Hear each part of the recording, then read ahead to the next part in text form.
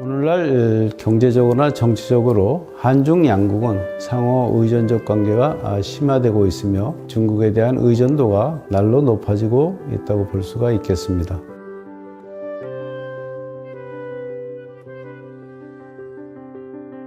일인 기업이나 소규모 창업을 준비하시는 분들에게 저희 경희대학교 경영대학원 차이나 MBA 입학을 적극 권장합니다. 제가 졸업을 하고 중국을 진출할 수 있는 계기가 됐고 박사과정을 준비할 수 있는 발판이 됐던 것 같습니다. 차이나 MBA를 통해서 여러분들한테 중국을 통한 멋진 미래 비전을 펼칠 수 있을 거라고 저는 생각합니다.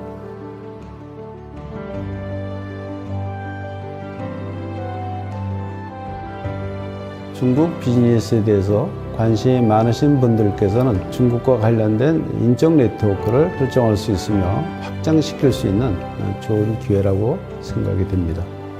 미래의 한중 글로벌 CEO가 되실 예비 창업자 여러분, 저희 경희대학교 경영대학원 차이나 MBA로 오세요. 차이나 MBA 짜요!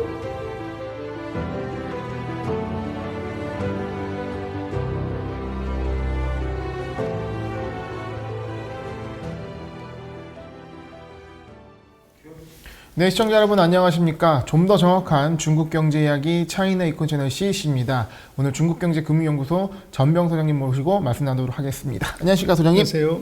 네, 미중전쟁 대예측 시리즈 정말 새로운 이슈들이 계속 쏟아나오고 있는 것 같습니다. 이 반도체에 대한 미중 간의 갈등이 굉장히 첨예해지는데요.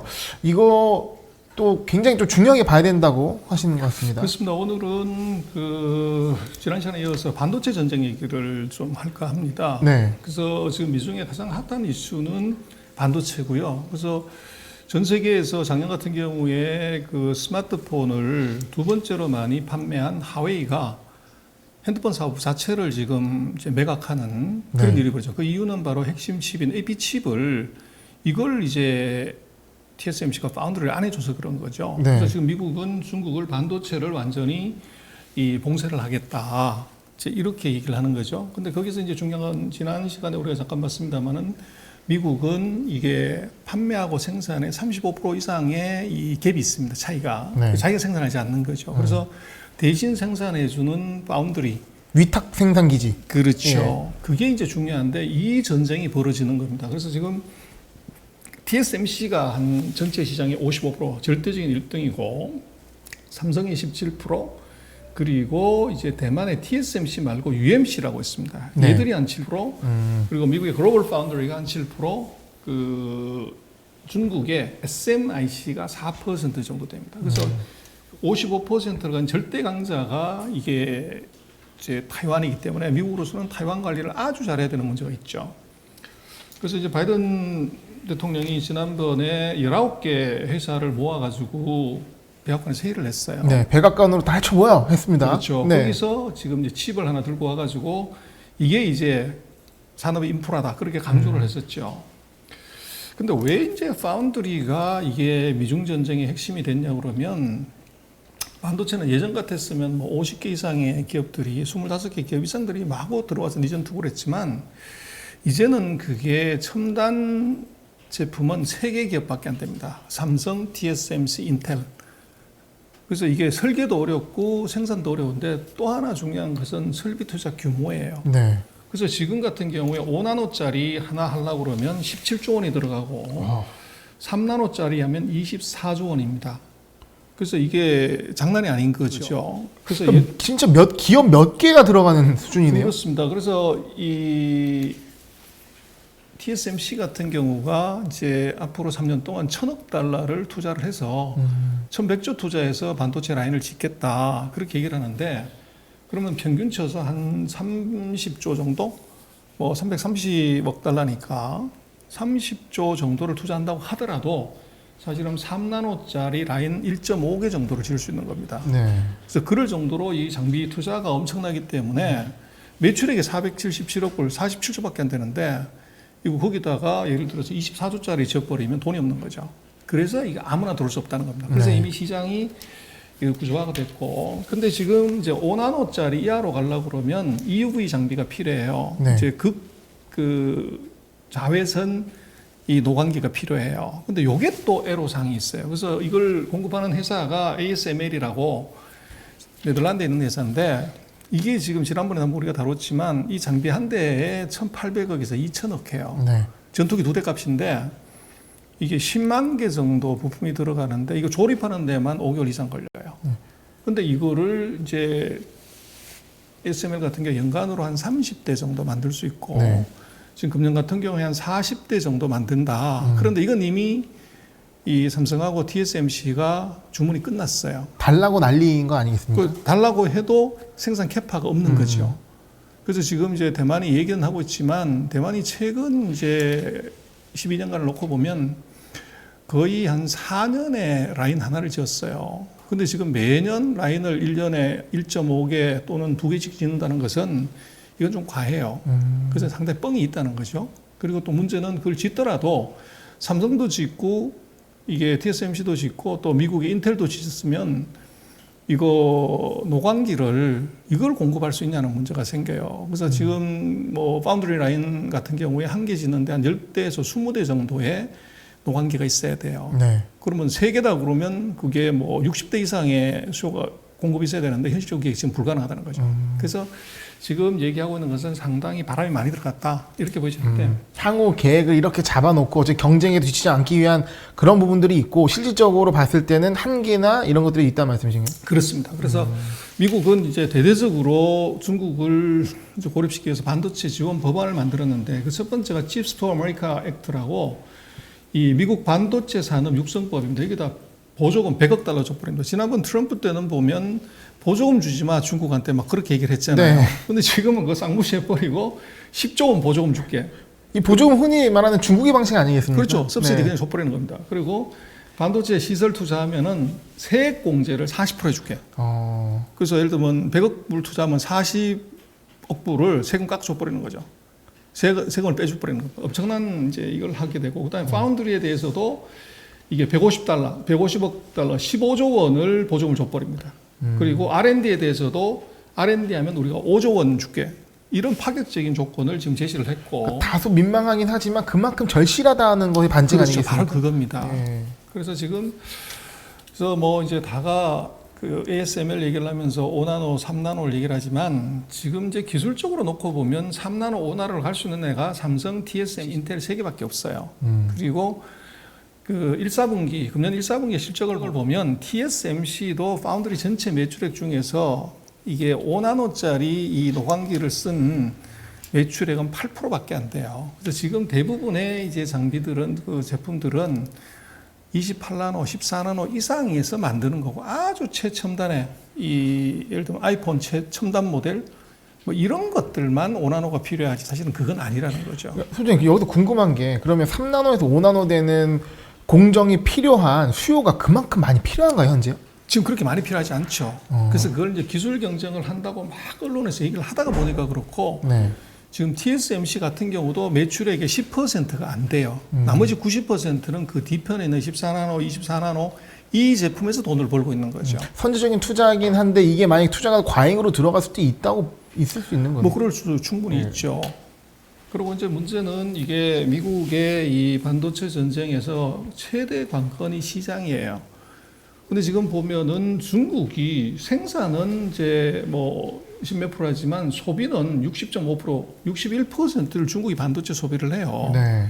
그러다 보니까 미국도 이거 만들어가지고 중국에다 못 팔면 매출의 절반을 주는 거죠. 그래서 중국은 노트북, 핸드폰, 디지털 TV의 전 세계 생산량의 60에서 90을 만드니까 물론 최종 소비자는 미국, 유럽, 중국이지만 거기에 들어오는 제품을 일단 수입을 하는 것은 중국이라는 거죠. 그래서 마켓쉐어를 60% 갖고 있기 때문에 이게 너무너무 중요하다는 겁니다. 그래서 이제 중국 같은 경우는 이것이 완전 봉쇄됐을 때를 걱정을 하면서 지금 생각하는 것은 바로 반도체를 원자폭탄 개발을 다시 하겠다. 그렇게 얘기를 합니다. 그래서 중국이 이게 원자폭탄을 그 러시아하고 구소련하고 이제 협력을 해서 이 1959년에 핵 개발을 착수를 해요. 네. 그러다가 그 55년인가에 착수를 합니다. 그러는데 이제 소련하고 서로 긴장 관계가 되면서 소련이 중국이 핵무기를 가졌을 때 엄청난 위협이 되겠다고 그래서 기술자를 싹 빼버리는 거죠. 그러다 보니까 이제 소련 기술에 의해서 개발하려고 했다가 꽝이 된 겁니다. 근데 이제 중국이 원천 기술이 전혀 없는 상태에서 59년부터 시작해서 5년 동안 맨땅에 헤딩해서 드디어 핵폭탄을 개발을 합니다. 자체 기술로. 1964년에. 예. 그리고 3년 뒤에 수소폭탄을 67년에 개발을 해요. 그래서 중국이 이제 무기에서는 울릴 게 없다. 그렇게 왔고, 그래서 지금 중국 같은 경우는 지금 기존에 있는 그 실리콘 반도체의 모든 기술은 미국이 갖고 있어요. 그래서 미국이 기술 봉쇄를 해버리면 중국은 말라 죽는 게 맞아요. 그래서 중국은 이걸 대처를 어떻게 하냐 하는데, 지금 중국의 전략은 이 구소련 시대에 원자폭탄 개발하듯이, 그리고 실제로 중국에 대해서 미국이 이번에 원자폭탄을 던진 거죠. 반도체를 공급하지 마. 거기에 대한 기술 공급하지 마. 장비 공급하지 이랬더니 중국이 지금 발견한 거예요. 그래서 이거 해결하는 방법이 뭐냐 그러면 국산화밖에 없다는 겁니다. 그래서 국산을 어떻게 할래 그럴 때 그것이 중국은 바로 이 60년 전에 했던 50년 전에 했던 원자폭탄 개발하는 방식으로 판을 바꾸겠다. 네. 다른 전략으로. 그게 이제 지금 기판을 바꾸는 겁니다. 지금은 전부 실리콘 이걸 갖고 반도체를 만드는데 이 기술은 미국이 거의 독점하고 있는 거예요. 근데 이 실리콘이 아닌 다른 거로 바꾸면 새로운 기술이 필요한 거죠. 차세대 반도체인가요? 그렇죠. 네. 그래서 이제 3세대 반도체라고 그러는데 그게 실리콘 카바이드나 그 갈륨 나이트라이드 반도체를 이걸 이제 중국은 올인해서 이 미국의 기술 장벽을 뛰어넘겠다는 겁니다. 그래서 이걸 앞으로 5년 내에 이걸 해보겠다는 건데 이게 되면 중국은 이제 판을 바꾸는 것이고 이게 안 되면은 이제 미국 반도체 노예로 다시 전락하는 거죠. 난이도는 굉장히 높다고 보시죠? 당연히 높죠. 네. 당연히 높은데 그래서 그만큼 높은 만큼 이제 밸류가 크고 중국은 지금 석유하고 반도체 수입을 놓으면 반도체 수입이 원래 역대로 석유 수입이 제일 많았지만 지금 반도체 수입이 석유의 한 700억 불 정도 더 많아요. 그래서 연간으로 거의 한 3천억 불 가까이 이제 수입을 하기 때문에 이게 국산화를 했다고 그러면 뭐 중국의 무역수지 적자가 8천억 달러 넘어가는 거죠. 그래서 엄청난 수입 대체 효과가 있고 또 근본적으로 중국은 팹리스, 그 디자인만 하는 반도체가 전체 반도체 매출의 42%예요. 그럼 이걸 누군가 만들어줘야 돼요. 네. 근데 만들어줄 때 바로 그 팩토리가 필요하죠. 그래서 중국은 무역수지 이 흑자를 개선하는 것, 그리고 자기네 반도체 디자인 업체의 이 생산을 위해서도 이게 절대적으로 필요하고 또 미국과의 전쟁에서도 필요하기 때문에 이거 목숨 걸고 개발해야 되는 거죠. 원자폭탄 개발하는 청황처럼 절실하다고 말씀이시네요. 그렇죠. 죽기 살기로 이제 할 수밖에 없어요. 그래서 중국은 이 14나노가 지금 중국이 상용하고 있는 기술인데 14나노가 아니라 28나노 정도만 기술을 가졌어도 10년 동안 이제 법인세를 면제해 줘 버리는. 아까 미국이 뭐 10조 정도 지원금을 주겠다 네. 이렇게 했지만 중국은 아예 법인세를 25% 법인세를 빵을 줘 버린다는 거죠. 네. 그럴 정도로 파격적인 이제 지원을 하고 있고 그래서 결국은 이게 미중의 반도체 전쟁이 앞으로도 계속적으로 이게 문제가 될 겁니다. 그래서 지금 중국 같은 경우는 미국의 반도체 브로킹 전략에 이 걸려가지고 타격을 받는 기업이 있고 반대로 국산화를 하는데 수혜를 보는 기업이 있습니다. 그래서 이 타격을 받는 기업은 아주 이제 치명적이지만 국산화하는 기업은 정부의 무한대의 지원을 받을 가능성이 있어요. 그래서 이게 중요하다는 거죠. 그래서 지금 중국은 반도체라고 쓰지만 이건 전략은 원자폭탄이다 이렇게 쓰는 것이고 또 투자하는 입장에서는 그것의 구분을 좀 할 필요가 있다. 네. 그리고 지금 중국의 1사분기 반도체 실적을 보면 뭐 40%에서 50%씩 늘어나요. 네. 그래서 미국의 브로킹을 받았는데 어떻게 저렇게 늘어나냐 그러는데 그것은 미국이 지금 통제하고 하는 것은 10나노 이하 첨단 제품에서만 통제를 하고 14나노, 28나노, 뭐 40, 80 이것은 통제가 안 해요. 네. 근데 지금 중국이 만들고 있는 제품들은 대부분이 24나노 이상의 제품에서 이게 이 주류를 이루고 있는 거죠. 그러니까 이 중국의 반도체 회사들의 이익이 대폭적으로 늘어나는 겁니다. 그리고 지금 전 세계가 반도체가 공급 부족이고 반도체 가격이 올라가고 있죠. 그래서 중국의 경우는 지금 반도체의 그 실적이 좋은 회사, 이런 회사들은 뭐 최근에 조정을 많이 받았지만 아마 빠른 속도로 이것이 회복할 가능성이 높아 보여요. 네. 지금 어떻게 보면은 이 반도체라는 산업이 뭐 4차 산업혁명의 중요 산업 이것을 넘어서 미중 간에 있어서는 반도체 자체가 하나의 전선으로 갈등을 잇는 상황이고 중국 입장에서는 반도체는 냉전기 원자폭탄과도 같은 정도의 의미를 갖고 있다. 그렇습니다. 라는 말씀이시고 이에 따라서 피해를 받는 그룹과 수혜를 받는 쪽을 면밀히 분리해서 접근하는 것이 투자하는 쪽에서는 의미 있지 않을까 생각을 해봅니다. 손님 오늘 말씀 감사합니다. 고맙습니다.